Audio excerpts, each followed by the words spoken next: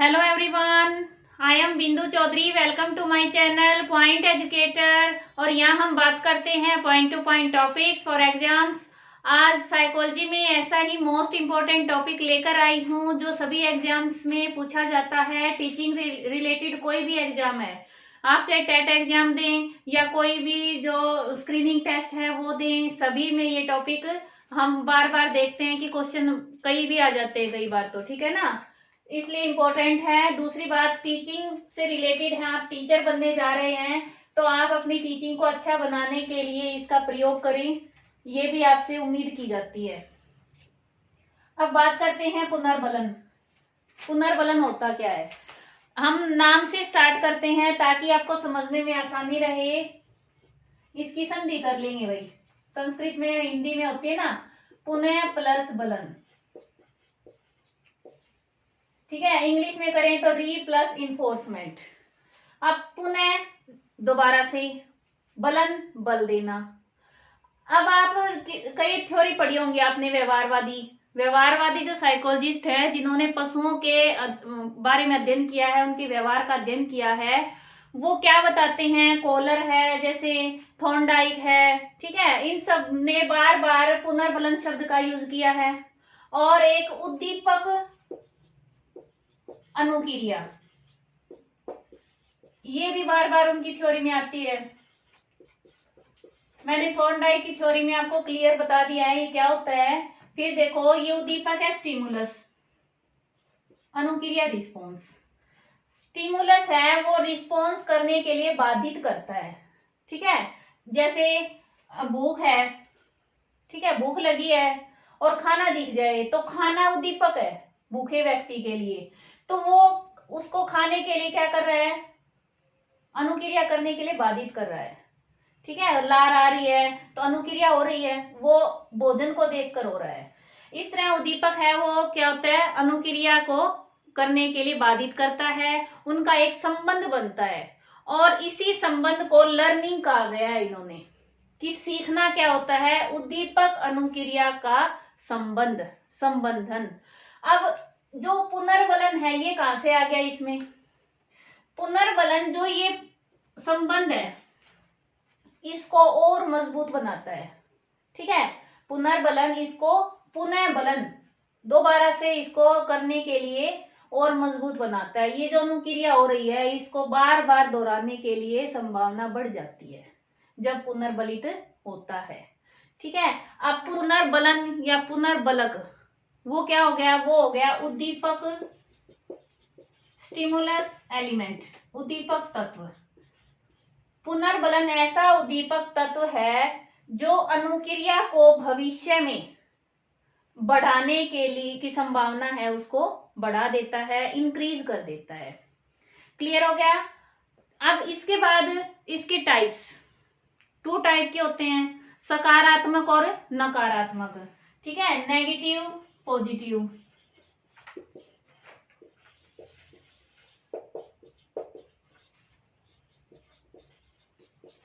ये हो गया सकारात्मक और ये हो गया नकारात्मक। अब सकारात्मक नकारात्मक को कंपैरिजन से पढ़ेंगे।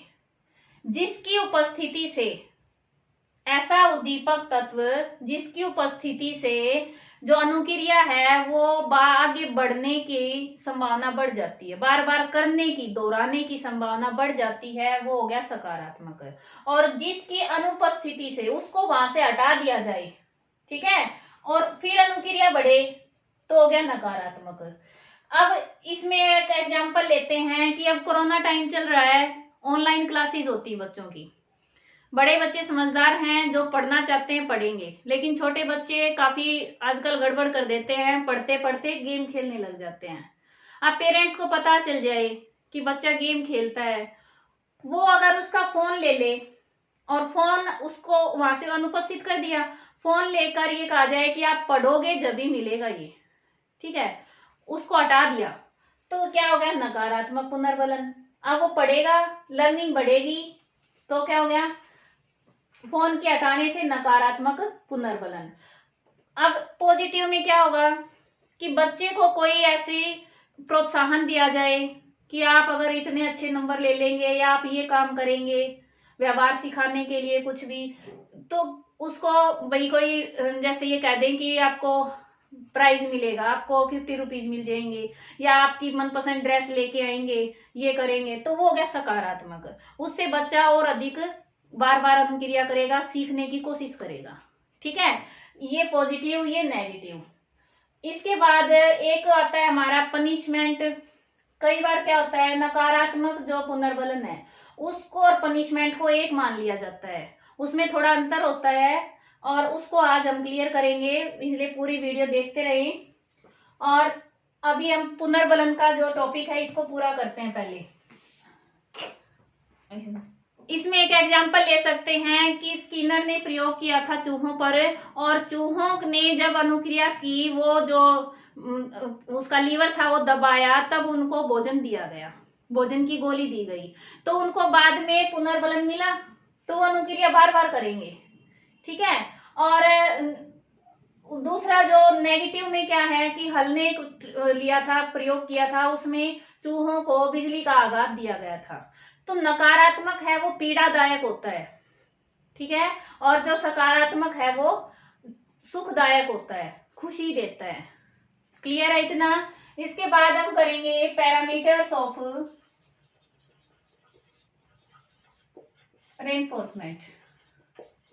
कोई इसको रीइंफोर्समेंट बोलता है, कोई रेनफोर्समेंट बोलता है, जैसे कोई साइकोलॉजी बोलता है, कोई साइकोलॉजी बोलता है। ठीक है, तो वो सबका अपना है, लेकिन साइकोलॉजी नहीं होता, साइकोलॉजी होता है। इसमें कंफ्यूजन रहता है सभी को। अब देखो, फर्स्ट है हमारा शेड्यूल।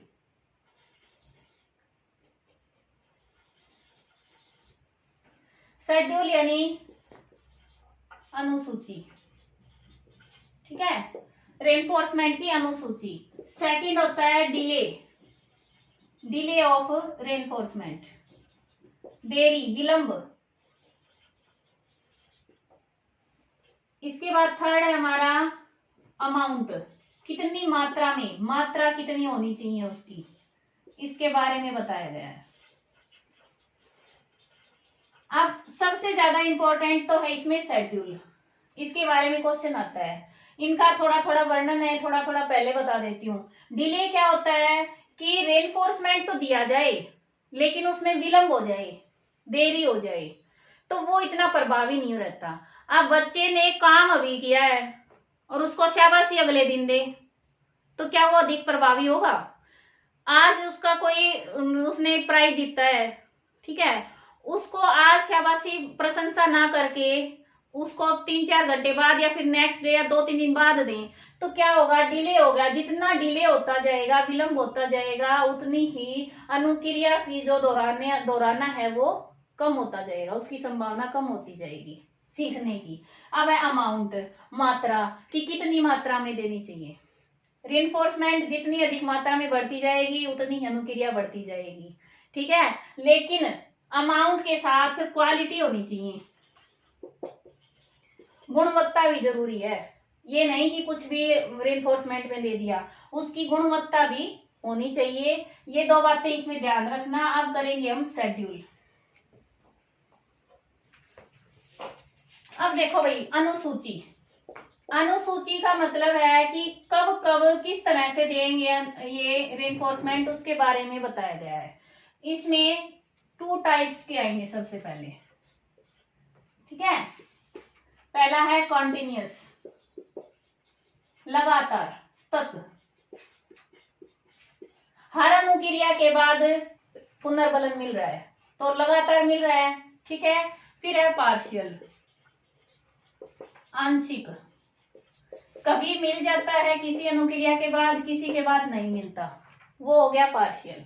अब ये तो ज्यादा प्रभावी नहीं है कि बच्चे को रोज ही कुछ ना कुछ मिलता रहे, तो बच्चा क्या है, लोभी हो जाएगा। ठीक है, उस चीज के लिए ज्यादा पुनर्बलित नहीं रहेगा, तो ये तो इतना ज्यादा प्रभावी नहीं है। इसमें कोई टाइप नहीं दिया आगे। ये है पार्शियल, कि कभी मिले कभी ना मिले। अब इसके आधार पर भी इन्होंने 2 टाइप बताए हैं। ठीक है, पार्शियल के 2 टाइप हो जाते हैं। एक तो होता है रेशियो, अनुपात, अनुपात के आधार पर, और दूसरा होता है इंटरवल, ठीक है, अंतराल। अब अंतराल शब्द किससे जुड़ा है? टाइम से, समय से। इसका मतलब समय पर आधारित होगा, वो तो हो गया हमारा इंटरवल, ठीक है, इंटरवल पार्शियल रेनफोर्समेंट, पूरा नाम भी दे सकते हैं हम यहां से जोड़ के, इंटरवल पार्शियल रेनफोर्समेंट। और जो रेशियो के आधार पर होगा, रेशियो यानी अनुक्रिया, जो रिस्पॉन्स है उसकी संख्या, ठीक है, संख्या के आधार पर होगा, वो हो गया रेशियो का। तो रेशियो पार्शियल रेनफोर्समेंट, वो हो गया अनुक्रिया रिस्पॉन्स की संख्या। अब इनमें भी टू पार्ट है, इजी है समझने में, से नाम ध्यान रखना, नाम से ही पता चल जाएगा। अब रेशियो है, उसमें टू कौन से हैं? एक तो फिक्स्ड, ठीक है, फिक्स्ड निश्चित, और दूसरा हो गया वेरिएबल, परिवर्त्य। अब एक मैथ की उसमें मैंने वीडियो में वेरिएबल का मतलब बताया था मैंने, वेरी करता है, जो बार बार चेंज होता है, ठीक है, ये मतलब हो गया इसका। फिक्स्ड हो गया, निश्चित है। अब जहां पर अनुक्रिया की संख्या निश्चित हो, एक निश्चित संख्या के बाद पुनर्बलन दिया जाए, वो हो गया फिक्स्ड। जैसे मान लो किसी को दो क्रिया के बाद दे रहे हैं पुनर्बलन, या फिर 5 क्रिया के बाद दे रहे हैं, फिक्स है संख्या, 10 के बाद दे रहे हैं, तो वो फिक्स संख्या हो गई कि अनुक्रिया कितनी होंगी उसके बाद उसको पुनर्बलन मिलेगा। वेरिएबल में क्या है? संख्या कोई निश्चित नहीं है, वेरी कर रही है, कभी 2 के बाद मिल रहा है, कभी 3 के बाद, कभी 10 के बाद। अब इनमें प्रभावी कौन सा है अधिक? इनमें ये ज्यादा प्रभावी है। क्यों है? देखो, अब किसी को पता है कि 5 अनुक्रिया के बाद मिलने वाला है रेनफोर्समेंट, तो 4 पहले वो 5 पर तो सही रहेगा, 4 अनुक्रिया पर वो कम दिखाएगा रिस्पॉन्स, ठीक है, तीव्रता कम हो जाएगी, फिर वो 5वें पे फिर अच्छी करके फिर ले लेगा रेनफोर्समेंट, ठीक है। तो ये ज्यादा प्रभावी नहीं है, इसमें उसको पता ही नहीं कब मिलेगा, इसलिए वो उसकी तीव्रता है वो कायम रहती है, बढ़ती रहती है, ठीक है। अब क्या है? इंटरवल। इंटरवल में भी सेम यही है, नाम यही है, फिक्स्ड और वेरिएबल, फिक्स्ड वेरिएबल, निश्चित और परिवर्तन होता रहता है, ठीक है। क्या है? फिक्स्ड अंतराल हो, टाइम पीरियड निश्चित कर दिया हो, भाई 5 मिनट बाद मिलेगा, तो हर 5 मिनट के बाद उसको मिलेगा, 10 मिनट बाद मिलेगा, हर 10 मिनट के बाद मिलेगा, इस तरह से निश्चित होती है टाइम पीरियड, समय निश्चित होता है, अंतराल निश्चित होता है। फिर है परिवर्त्य, कि बार बार परिवर्तन हो रहा है, कभी 5 मिनट में दे दिया, कभी 10 मिनट में दे दिया, कभी 7 मिनट में दे दिया, कभी 12 मिनट में दे दिया, इस तरह से निश्चित नहीं रहता, ठीक है। ये हो गया वेरिएबल। अब पेपर में क्वेश्चन कैसे आता है वो देखो, सेम ऐसे तो पूछेंगे नहीं, पता है आपको, इसमें क्वेश्चन पूछे जाएंगे उदाहरण देकर, ठीक है। किसी बच्चे को यूनिट टेस्ट के बाद उसको क्या मिलता है? रेनफोर्समेंट मिलता है, तो वहां पर क्या हो गया? फिक्स्ड हो गया ना, तो फिक्स्ड में आ गया। और ये कह दें कि बच्चे को भाई जब वो उसका अच्छा परफॉर्मेंस होगा उसके आधार पर ये नहीं होता फिक्स कि भाई कब मिले, तो वो परिवर्तन में आ जाएगा। वो देखेगा, देने वाला जो उसको पुनर्बलन दे रहा है, टीचर है, वो देखेगा कि बच्चा कब अच्छी परफॉर्मेंस कर रहा है, कब मुझे इसे पुनर्बलन देना है, ठीक है, वो वेरिएबल में। और जो फिक्स कर दे पहले से ही, वो हो गया हमारा फिक्स्ड में। क्लियर है? इतना समझ में आ गया? रेशियो अनुपात के हिसाब से कि कितनी अनुक्रियाएं होंगी उसके बाद मिलेगा, और अंतराल है टाइम के हिसाब से कि कितने टाइम के बाद मिलेगा, टाइम पीरियड होता है इसमें। इजी सा है, बिल्कुल नाम पर आधारित है, नाम का मीनिंग याद होगा तो आप आराम से कर लेंगे, ठीक है। नेक्स्ट करेंगे अभी पनिशमेंट, ठीक है, पुरस्कार एवं दंड, रिवार्ड एंड पनिशमेंट। और ये तो एक टीचर के हाथ में क्या होता है? टीचर का एक वो कहते हैं हथियार है, ठीक है, पुरस्कार और दंड। इसके टाइप और सब कुछ करने वाले हैं, अभी देखना कोई क्वेश्चन नहीं छूटेगा इस टॉपिक से आपका। अब पुरस्कार सेम वही आ गया कि पॉजिटिव सेंस में है, ठीक है, पॉजिटिव मोटिव है, ये अभिप्रेरक है काम करने के लिए। ये नेगेटिव है, नकारात्मक मोटिव, अभिप्रेरक है। किसी काम को करने के लिए मोटिवेशन होता है, अभिप्रेरक काम करते हैं, तो ये तो पॉजिटिव साइड और ये नेगेटिव। क्लियर हो गया। अब बताती हूँ आपको नेगेटिव जो रेनफोर्समेंट है, नकारात्मक पुनर्बलन और दंड, दोनों में अंतर क्या है। उसमें पुनर्बलन तो होता है क्रिया को बढ़ाने के लिए, ठीक है, और जो दंड होता है ना, ये क्रिया को कम करने के लिए या रोकने के लिए होता है। अब बच्चा बार बार एक ही गलती को करता है, दूसरे बच्चों के साथ लड़ाई करता है, बुरी आदतों को छुटाने के लिए क्या करते हैं हम, दंड का प्रयोग करना पड़ता है। कई बार ना चाहते हुए भी दंड का प्रयोग करना पड़ता है, ताकि वो अनुक्रिया बाद में बच्चा ना करे, उसको रोकने के लिए। और नेगेटिव पुनर्बलन क्या था कि जो अनुक्रिया है वो तो बढ़े, लेकिन जो जिसके कारण वहां बाधा हो रही उसको हटा दिया जाए वहां से, ठीक है। अब हम करेंगे पुरस्कार में टाइप कौन कौन से होते हैं। कई तरह के होते हैं, नाम से स्पष्ट हो जाएंगे। सबसे पहले हमारा मूर्त, दूसरा अमूर्त। मूर्त कंक्रीट, ठीक है, यानी मूर्त रूप में जो मिलते हैं, जैसे बच्चे को कुछ भी वस्तु दी जाए, कपड़े दिए जाए, बुक दी जाए, प्रशंसा पत्र दिए जाए, मेडल दिया जाए, तो ये तो हो गया मूर्त में। और अमूर्त कौन से हो गए कि बच्चे को यानी वो दिखाई नहीं देते, शाबाशी दे दी, बच्चे ने कुछ अच्छा काम किया, क्लास में क्वेश्चन सुनाया, उसको शाबाशी दे दी, ठीक है, प्रशंसा कर दी, तारीफ कर दी, और उसके प्रति थोड़ा सी कृपा दृष्टि रखी, तो वो सब है हमारी अमूर्त में। और एजुकेशन में अमूर्त है वो ज्यादा प्रभावी है मूर्त से, क्योंकि मूर्त का इतना प्रभाव नहीं रहता जितना अमूर्त का रहता है। बच्चे में आत्म सम्मान, आत्म बल विकसित करने के लिए, अच्छी आदतों को विकसित करने के लिए पुरस्कार का सहारा बहुत जरूरी है। और इसमें भी अमूर्त का अधिक प्रयोग करना चाहिए, मूर्त का भी करना चाहिए लेकिन कम करना चाहिए, ठीक है। सेकंड टाइप ये तो हो गया एक तरह से। दूसरा है हमारा व्यक्तिगत, इंडिविजुअल या फिर ग्रुप में, सामूहिक, कि किसी एक व्यक्ति को दिया जाए, ठीक है, पुरस्कार तो व्यक्तिगत हो गया, और ग्रुप में मिले तो क्या हो गया, वो सामूहिक यानी ग्रुप रिवार्ड हो गया। अब जैसे इसमें आ जाएंगे पूरी टीम के लिए रिवार्ड मिले, वो ग्रुप में आएगा। इसमें भी यही है कि सामूहिक जो पुरस्कार है उसमें अधिक ध्यान देना चाहिए ताकि सभी बच्चे उसमें शामिल हो सकें। व्यक्तिगत में कोई विशेष बच्चा छट जाता है, बार बार वही आगे जाता है। और ग्रुप परफॉर्मेंस होगी, कंपटीशन होगा, वो ग्रुप कंपटीशन अच्छा रहेगा ताकि बच्चों को मौका मिल सके, दूसरे बच्चों को भी मौका मिल सके, ठीक है। इसके बाद एक टाइप होता है आर्थिक और सामाजिक,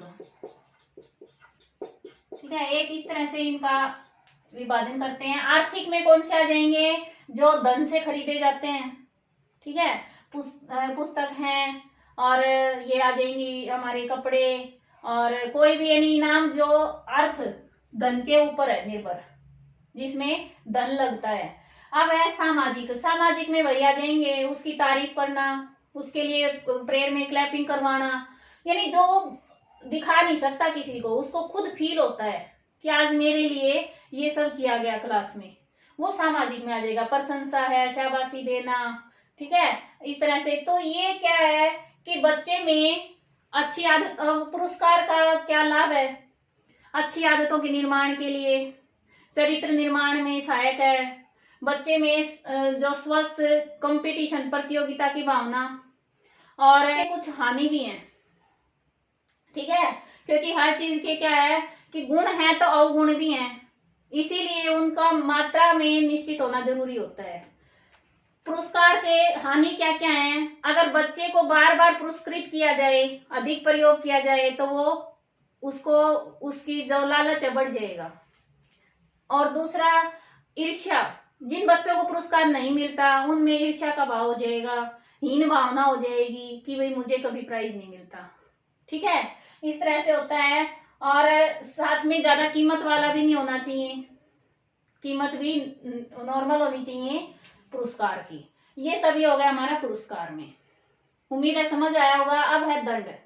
दंड क्या है? ये तो सुखदायक हो गया, बच्चों के लिए अच्छा है, सुखकारी है। ये हो गया पीड़ादायक। आपने सुना भी होगा दंड दिया गया। अब दंड भी कई प्रकार के होते हैं। देखो, सबसे पहले है शारीरिक। पहले शारीरिक दंड ज्यादा प्रयोग करते थे टीचर्स, आजकल इस पर प्रतिबंध है। शारीरिक दंड में क्या आ जाएगा? डंडे का प्रयोग करना, कान खींचना, यानी शरीर पर किसी तरह से उसके परेशान करना, मुर्गा बनाना, उठक बैठक लगवाना, ये सब किस में आ गए? शारीरिक दंड में। सेकंड है हमारा आर्थिक। आर्थिक दंड में क्या हो जाएगा? जुर्माना लगाना, फाइन लगाना।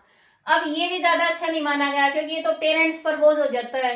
बच्चे के तो कुछ फर्क ही नहीं पड़ा, पेरेंट्स को देना पड़ता है, इसलिए अधिक प्रभावी नहीं होता। फिर है सामाजिक। सामाजिक दंड, ये क्या है कि बच्चे को क्लास से बाहर खड़ा कर दिया, सभी देखेंगे आने जाने वाले, ये सामाजिक दंड में आ जाएगा। ठीक है, उसकी यानी एक तरह से समाज में जो प्रतिष्ठा है उसको हानि पहुंचना। फिर है मनोवैज्ञानिक।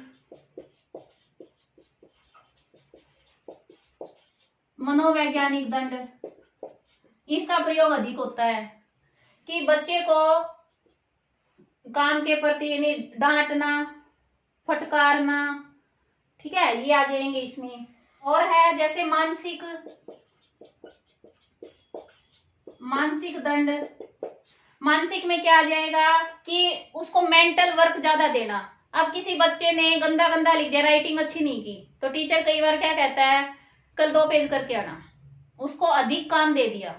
ठीक है, किसी के क्वेश्चन गलत हैं, उस पे काटा लगा के कह देंगे इनको 5 बार लिख के लो। तो ये है मानसिक दंड, और ये लाभदायक भी है। बच्चे को अधिक मेहनत करनी पड़ेगी, उसको सीखा भी जाएगा, साथ में उसको पता भी चलेगा कि भाई ऐसे भी दंड मिलता है। इसके बाद है एक लीगल, वैधानिक। ठीक है, ये दंड होता है कानून से, तो ये टीचर यूज नहीं करता, ये टीचर की उससे बाहर है, लेकिन दंड में तो है ना, पनिशमेंट में पुलिस देती है, कानून देता है इसमें। तो ये सब जो ऊपर वाले हैं ये बच्चों से रिलेट है। अब इसके लाभ क्या है? दंड के लाभ भी हैं, ये नहीं है कि भाई ये नेगेटिव है, इसका यूज भी होना चाहिए, लेकिन वो देखना है कि कहाँ यूज करना है और कैसे करना है। जैसे अब बच्चे मान लो काम नहीं करते हो क्लास में, तो टीचर ये कहेगा आपके पेरेंट्स को बुलाएंगे, आपके पेरेंट्स से आज कॉल करके बात करेंगे, तो उनको मनोवैज्ञानिक दंड दिया है। ठीक है, उनको फटकार लगाई है। इसी तरह से मानसिक का मैंने एग्जाम्पल दे दिया, पेपर में इस तरह से क्वेश्चन आ जाते हैं। आर्थिक दंड का बता दिया, फाइन लगेगा। तो बच्चों में अच्छी आदतों के निर्माण के लिए दंड भी जरूरी है। किसी बच्चे का दुर्व्यवहार है टीचर के प्रति, बच्चों के प्रति, उसको रोकने के लिए दंड जरूरी है। ठीक है, और दंड के हानि क्या क्या है? दंड की हानि हो गई कि भाई बच्चे को अगर हम बार बार दंड देंगे तो उसका आदी हो जाएगा, उसको प्रभाव ही नहीं पड़ेगा। और दूसरा, कई बार बच्चे इनमें जैसे मनोवैज्ञानिक में है, इसमें अगर ज्यादा दे दिया दंड, सामाजिक दंड है, तो बच्चा हीन भावना का शिकार हो जाता है। कई बार उसका मानसिक संतुलन है जो संवेगात्मक इम्बैलेंस हो जाता है उसमें।